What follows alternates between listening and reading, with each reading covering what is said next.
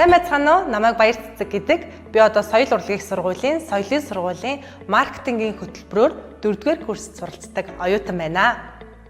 За, өөрөө яагаад энэ мэргэжлийг сонгосон бэ? Намайг 10 жил байхад бичээч гэдэг ажлын байр байсан, кондуктор гэдэг ажлын байр байсан, инфлюенсер гэдэг ажлын байр байгаагүй. Тэгэхээр цаг хугацаа өөрчлөгдөж, техник технологи хөгжихийн хэрээр artificial intelligence буюу хиймэл оюун ухаан биднээс hard skill шаарддаг ажлын байруудыг төвөггүй оруулж ийн. Харин ямар мэргэжил, ямар ажлын байр үлдэж байгаа гэхээр биднээс soft skill буюу хүнтэй харьцах чадвар шаарддаг ажлын байрууд үлдсэн. Тэгэхээр өөрөө маркетингийн мэргэжил нь байнга хүнтэй харьцдаг, яаж ч роботчлогдсон, робот оруулж чадахгүй тийм сайхан мэргэжил.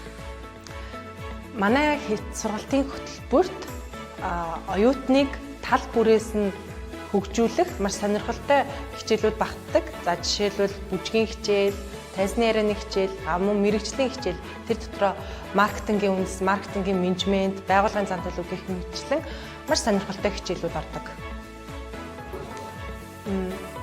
Ирээдүйтэй сонирхолтой шинэлэг.